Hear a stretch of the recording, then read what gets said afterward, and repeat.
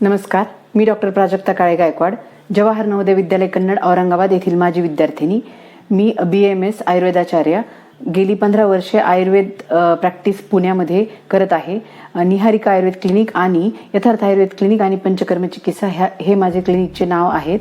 नवसंवाद व्यासपीठाअंतर्गत आयोजित केलेल्या काव्य मालिका भाग 2 नवरात्र उत्सव ह्या अनुषंगाने मला माझा विषय मांडण्याची नवसंवाद व्यासपीठाने जी संधी दिली आहे, त्यानिमित्त सर्वप्रथम मी नवसंवाद व्यासपीठाचे आभार मानते. आणि आजचा माझा विषय आहे polycystic ovarian syndrome cure with the Ayurveda. म्हणजेच की पॉलिसिस्टिक ओव्हरियन सिंड्रोम ह्या विकाराचा उपशय आयुर्वेदिक अनुषंगाने. आज मी हा विषय निवडण्याचं कारण हे आहे, कारण की आपल्या देशामध्ये 5 पैकी 1 स्त्री आज ह्या विकाराने त्रस्त आहे, परंतु त्यांना करेक्ट मार्गदर्शन आज मिळत नाही आहे. पण माझ्या गेल्या 15 वर्षाच्या प्रॅक्टिसमध्ये पॉलिसिस्टिक ओव्हरियन सिंड्रोमच्या मी खूप केसेस बऱ्या केलेल्या आहेत. ह्यामध्ये आयुर्वेदिक दृष्टिकोनातून किंवा आयुर्वेदिक चिकित्सेद्वारे आपण खूप चांगल्या प्रकारे उपशय देऊ शकतो, परंतु खूप जणांपर्यंत ही माहिती आजपर्यंत गेलेली नसल्यामुळे, त्याची अवेअरनेस नसल्यामुळे आज मी हा मुद्दा किंवा हा विषय ह्या ठिकाणी निवडलेला आहे. सर्वप्रथम पॉलिसिस्टिक ओव्हरियन सिंड्रोम हे काय आहे याची मी माहिती देऊ इच्छिते. पॉली म्हणजे मेनी, सिस्ट म्हणजे फ्लुइड कंटेनिंग सॅक आणि ओव्हरी म्हणजे स्त्रीबीजकोश. तर स्त्रीबीजकोशावरती वॉटर कंटेनिंग ग्रंथी ज्या तयार होतात त्यांना पॉलिसिस्ट असं म्हणतात. आणि सिंड्रोम म्हणजे काय, तर सिंड्रोम म्हणजे ग्रुप ऑफ साइन सिम्पटम्स, म्हणजे की लक्षण समुच्चय, म्हणजे वेगवेगळ्या प्रकारची जी लक्षणं असतात आणि त्यांचा जो समुच्चय असतो that is syndrome. Polycystic ovarian सिंड्रोममध्ये असे लक्षणं शरीरामध्ये निर्माण होतात की ज्याच्या मागे कारण हे असते की पॉलिसिस्ट किंवा अनेक ग्रंथी ज्या आहेत फ्लुइड कंटेनिंग ज्या ग्रंथी तयार होतात, सिस्ट तयार होतात स्त्रीबीजकोशावरती, त्याच्यामुळे काय होतं की त्या ज्या सिस्ट आहेत त्या काय करतात की एक अँड्रोजन सिक्रेट करतात. अँड्रोजन म्हणजे मेल हॉर्मोन. जनरली स्त्रियांच्या शरीरामध्ये मेल हॉर्मोन असतो, परंतु तो अत्यंत कमी प्रमाणामध्ये त्याचे प्रमाण असते. परंतु ह्या केसमध्ये किंवा PCOS मध्ये अँड्रोजेनिक ऍक्टिव्हिटी वाढते, कारण की ह्या ज्या सिस्ट असतात त्या अँड्रोजन सिक्रेट करायला लागतात आणि ह्या कारणामुळे वेगवेगळे लक्षणं स्त्रियांच्या शरीरामध्ये निर्माण व्हायला लागतात, जसे की अनियमित रजप्रवृत्ती, त्याच्यानंतर वंध्यत्व, त्याच्यानंतर ॲक्नीज म्हणजे चेहऱ्यावरती पिंपल्स येणे, तसेच हिर्सुटिझम म्हणजे अनवॉन्टेड अननेसेसरी केसांची वाढ होणे, त्याच्यानंतर थिनिंग ऑफ द हेअर, नंतर अननेसेसरी वेट गेन म्हणजे ओबेसिटी. ही सगळी लक्षणं PCOD पेशंटमध्ये बघायला भेटतात. त्याचप्रमाणे जर PCOD ह्या जर क्रॉनिक झाल्या, शरीरामध्ये त्या खूप काळ जर राहिल्या, तर नंतर हायपरप्लेसिया ऑफ द एंडोमेट्रियम म्हणजे गर्भाशयाचा जो आतील स्तर आहे त्याची वारंवार सूज येऊन नंतर हायपरप्लेसिया किंवा तिथे कॅन्सर होण्याची शक्यता असते. परंतु आयुर्वेदिक ट्रीटमेंट करून वेळी जर आपण त्याचा उपशय मिळवला तर पुढचे कॉन्सिक्वेन्सेस आपण टाळू शकतो. त्यानंतर आयुर्वेदामध्ये काही चिकित्सा सांगून ठेवलेल्या आहेत, जसं की सर्वात महत्त्वाचं PCOD ज्या आहेत किंवा पॉलिसिस्टिक ओव्हरियन सिंड्रोम जो आहे हा लाईफस्टाईल डिसऑर्डर आहे, म्हणजे की दैनंदिन जीवनशैलीमध्ये झालेल्या चुकांमुळे हा आजार जनरली होतो. त्याच्यामध्ये आपल्याला थोडेसे मॉडिफिकेशन करायला हवेत. म्हणून आयुर्वेदिक अनुषंगाने जर पहिली लाईन ऑफ ट्रीटमेंट PCOSची काय मी सजेस्ट करू शकेल तर ती म्हणजे आहे की जीवनशैलीमध्ये बदल घडवून आणणे. ह्यामध्ये पर्टिक्युलरली काय करायला पाहिजे, तर आयुर्वेदामध्ये अतिशय सुंदररित्या दिनचर्या आणि ऋतुचर्या यांचे खूप छान प्रकारे वर्णन करून ठेवलेले आहे. एक आयुर्वेदिक क्लॉक सेट झाला पाहिजे, सकाळी उठण्याचे नियम, नंतर सकाळी लवकर रात्री झोपणे, हे सर्व जे नियम आयुर्वेदामध्ये सांगून ठेवलेले आहेत त्याचं अनन्यसाधारण महत्त्व आहे. जसं की ब्राह्ममुहूर्ते उत्तिष्ठे जीर्णाजीर्ण निरुपयम. ब्राह्ममुहूर्त म्हणजे सकाळचा जो 4:30 ते 5:30चा टाईम असतो, त्यावेळेला आपानाचं चांगलं अनुलोमन होतं, त्यावेळेला म्हणजे मलमूत्र त्याग करायला पाहिजे असं आयुर्वेदशास्त्रात सांगून ठेवलेलं आहे. आणि जनरली पॉलिसिस्टिक ओव्हरियन सिंड्रोममध्ये अपान वायूची दृष्टी झालेली आपल्याला आढळते. ते काय आहे ते मी तुम्हाला पुढे येणाऱ्या याच्यामध्ये पुढे एक्सप्लेनच करणार आहे. तर त्यामुळे सकाळी उठण्याचे अनन्यसाधारण महत्त्व आहे. जनरली पॉलिसिस्टिक ओव्हरियन सिंड्रोम हा ग्रामीण भागापेक्षा एक सिटी एरियामध्ये जास्त आपल्याला याचा प्रिडॉमिनन्स असतो, कारण की काय आहे की इथली लाईफस्टाईल किंवा इथली जीवनशैली त्याप्रमाणे थोडीशी व्यवस्थित नसते. जसं की उशिरा झोपणे, सकाळी लवकर न उठणे, फास्ट फूड खाणे, पॅक्ड फूड खाणे, ह्या सर्व ज्या गोष्टी आहेत ह्या जीवनशैलीमध्ये सुधार व्हायला पाहिजे. तसेच आयुर्वेदिक दिनचर्या, ऋतुचर्या सांगितलेली आहे. तर दिनचर्येमध्ये दिवसभरामध्ये तुम्ही कधी जेवायला पाहिजे, पाणी पिण्याच्या नियमांपासून काही नियम दिलेले आहेत ते आपल्याला त्या प्रकारे जरी फॉलो करता नाही आले तरी काही एक्सटेंटपर्यंत ते जर PCOS असतील तर नक्कीच फॉलो करायला हवेत.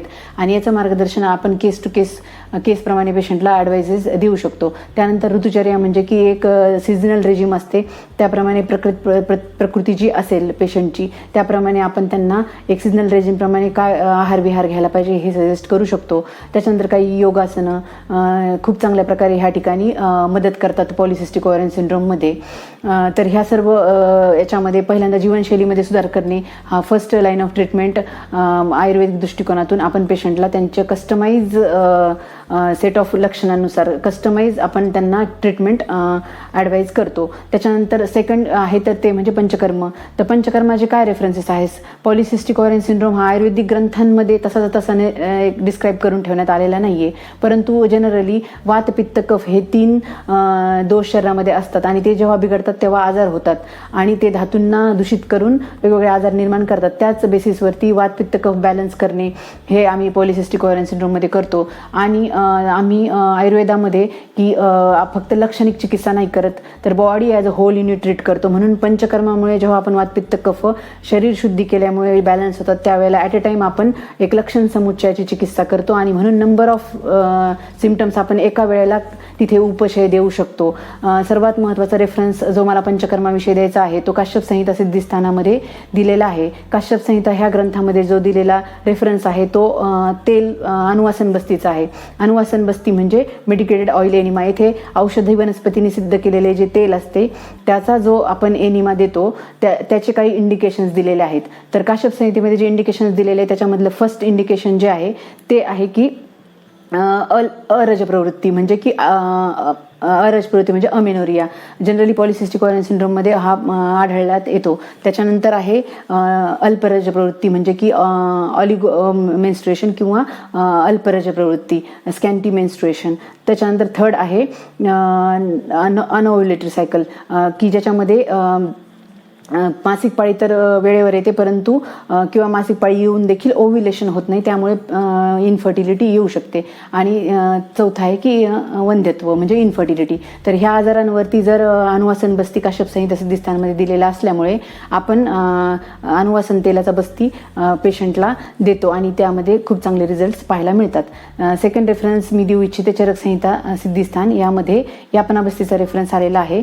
चरक संहिता सिद्धिस्थान ह्यामध्ये जो यापना बस्ती म्हणजे औषधीयुक्त एनिमा किंवा बस्ती देण्यात येतो आणि याचे जे इंडिकेशन्स चरक संहिता सिद्धिस्थानमध्ये दिलेले आहेत ते आहेत की ओलिएशन किंवा रिजनेशन म्हणजे स्नेहन करण्यासाठी, त्याच्यानंतर क्लिन्झिंग म्हणजे एक शरीर शुद्धी करण्यासाठी, म्हणजे चांगलं प्रेग्नन्सीसाठी प्री प्रेग्नन्सी डिटॉक्सिफिकेशन म्हणून यापना बस्तीचा पॉलिसिस्टिक ओव्हरियन सिंड्रोममध्ये आपण जेव्हा वापर करतो त्यावेळेला खूप कमी वेळामध्ये म्हणजे प्रायमरी इन्फर्टिलिटी सॉल्व्ह होताना दिसते. त्याच्यानंतर तिसरी गोष्ट म्हणजे ह्या ठिकाणी इन्फर्टिलिटीमध्ये यापना बस्तीचा उपयोग होतो. या व्यतिरिक्त निरुह बस्ती, विरेचन म्हणजे की एक लिव्हर डिटॉक्स हे आपण पेशंटला ह्या हॉर्मोन इम्बॅलन्समध्ये खूप चांगल्या प्रकारे उपशय देऊ शकतो.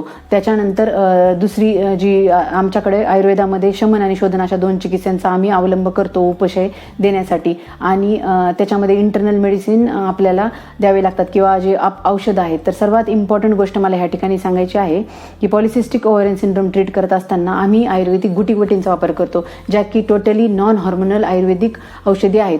तर गुटीवटी म्हणजे काय, तर वनस्पतींचे जे पानं आहेत, त्याच्यानंतर साल आहे, त्याच्यानंतर मुळं आहेत, यांच्या ज्या चूर्णांपासून ज्या गोळ्या बनतात त्यांना गुटीवटी म्हणतात. त्या ॲब्सोल्युटली नॉन हॉर्मोनल आहेत. जसं की कोरफड, गुगुळ, गिलोय, कांचनार असे काही औषधं आहेत की ह्यांच्यापासून ह्या गुटीवटी बनतात. तर त्या इंटरनल औषधं किंवा शमन औषधी चिकित्सेचे काय फायदे आहेत, तर सर्वात महत्त्वाचा म्हणजे रेग्युलेशन ऑफ द मेन्स्ट्रुएशन म्हणजे अनियमित रजप्रवृत्ती नॉर्मल करणे. आता ह्या ठिकाणी polycystic ovarian सिंड्रोमचे variety of patients आपल्याला पाहायला मिळतात. जसं की अनियमित रजप्रवृत्तीचे वेगवेगळे पेशंट्स आपल्याला पाहायला मिळतात. याच्यामध्ये अमेनोरिया की अरजप्रवृत्ती, अल्परजप्रवृत्ती असते. त्याचप्रमाणे काही पेशंट्स हे इंटरमेन्स्ट्रुअल ब्लिडिंग म्हणजे 2 पाळीच्या मध्ये पण ब्लिडिंग होणे किंवा 10 ते 15 दिवस पाळीचा त्रास होणे, अधिक रक्तस्राव होणे, अशा प्रकारचे पेशंट आपल्याला भेटतात.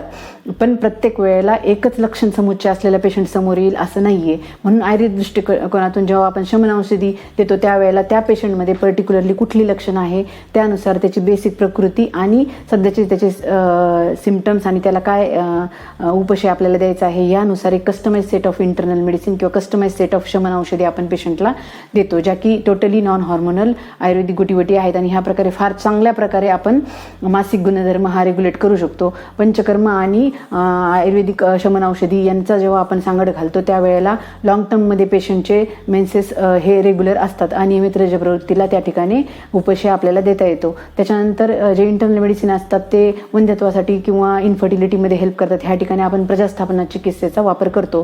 त्यानंतर ॲक्नी, हिर्सुटिझम, वजन वाढणे ह्या सगळ्या गोष्टींवर आपण त्या अनुषंगाने ट्रीटमेंट करतो.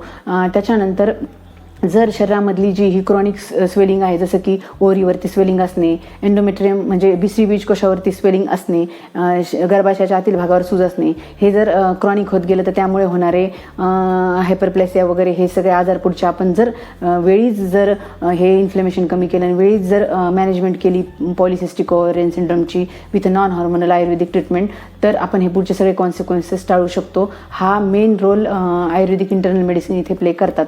परंतु त्याच्यानंतर सगळ्यात महत्त्वाचं म्हणजे की रिझॉल्व्ह होणे. तर पॉलिसिस्टिक ओव्हरियन सिंड्रोममध्ये औषधोपचार, शोधनोपचार म्हणजे की शोधन म्हणजे पंचकर्म आणि औषधोपचार म्हणजे की इंटरनल मेडिसिन ह्याद्वारे आपण खूप चांगल्या प्रकारे उपशय देऊ शकतो. बऱ्याचदा सोनोग्राफीमध्ये आपण जर व्यवस्थित मॅनेजमेंट केली किंवा पेशंटनी जर सिन्सिअर ट्रीटमेंट कंप्लीट केली तर त्या केसमध्ये आपण सोनोग्राफीमध्ये सिस्ट ह्या रिझॉल्व्ह झालेल्या दिसून येतात. बऱ्याचशा पेशंटमध्ये प्रायमरी इन्फर्टिलिटी असेल PCOSमुळे, तर त्या ठिकाणी खूप चांगलं इन्फर्टिलिटी सॉल्व्ह झालेली आहे. त्याच्यानंतर मला सांगायचं म्हणजे की रिसेंटली खूप साऱ्या केसेसमध्ये सोनोग्राफीमध्ये पॉलिसिस्ट रिझॉल्व्ह झालेले आढळून येतात. त्यामध्ये एक प्रॉपर मॅनेजमेंटची गरज असते. सर्वात महत्त्वाचं म्हणजे एक केस सांगू इच्छिते की त्यामध्ये पेशंट होता पॉलिसिस्टिक ओव्हरियन सिंड्रोम, दोन्ही ओव्हरीज एनलार्ज झालेल्या, एंडोमेट्रियल थिकनेस म्हणजे गर्भाशयामध्ये सूज आलेली आणि 1 वर्षापासून ही पेशंट एक हेवी ब्लिडिंग किंवा अतिरज प्रवृत्तीने त्रस्त होती. ह्या पेशंटला अवघ्या 3 महिन्याच्या कालावधीमध्ये शमन चिकित्सा आणि शोधनामध्ये बस्ते आणि विरेचन ह्या चिकित्सेद्वारे 4थ्या महिन्यामध्ये आम्ही USG स्कॅन केला. त्याच्यामध्ये पॉलिसिस्टपासून 5 ते 6 फक्त फॉलिकल्स राहिलेले होते. नंतर गर्भाशयाची सूज आणि स्त्री बीजकोशावरची सूज कमी झालेली होती. फॅटी लिव्हर चे रिपोर्ट्समध्ये सुधार आलेला होता आणि हेवी ब्लिडिंग कमी त्यांची 4 ते 5 दिवसांवरच ती नॉर्मली नॅचरली कमी होत होती. हे सर्व केवळ आयुर्वेदिक गुटीवटी, बस्ते आणि विरेचन ह्या चिकित्सेमुळे आम्ही अचीव करू शकलो. तर ह्या ठिकाणी मला हे सांगायचं आहे की प्रॉपर मॅनेजमेंट PCODची जर केली तर खूप चांगले उपशय आपण देऊ शकतो.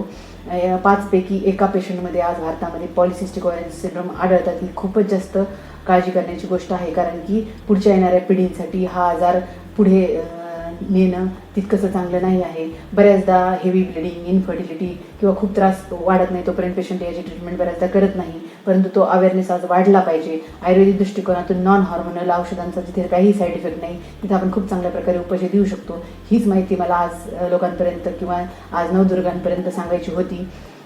याच्याकरिता मला माझ्या स्वतःच्या कवितेच्या 4 ओळी आठवतात. त्या अशा की कंटाळा येईल तुला कधी तुझ्या कमी झालेल्या केसांचा, कंटाळा येईल तुला कधी तुझ्या कमी झालेल्या केसांचा, तुझ्या बदललेल्या शरीराचा, तुझ्या परिपूर्ण असणाऱ्या अट्टहासाचा. पण तरीही खूप महत्त्वाचं आहे तुझं खुश असणं, तुझं तूच असणं.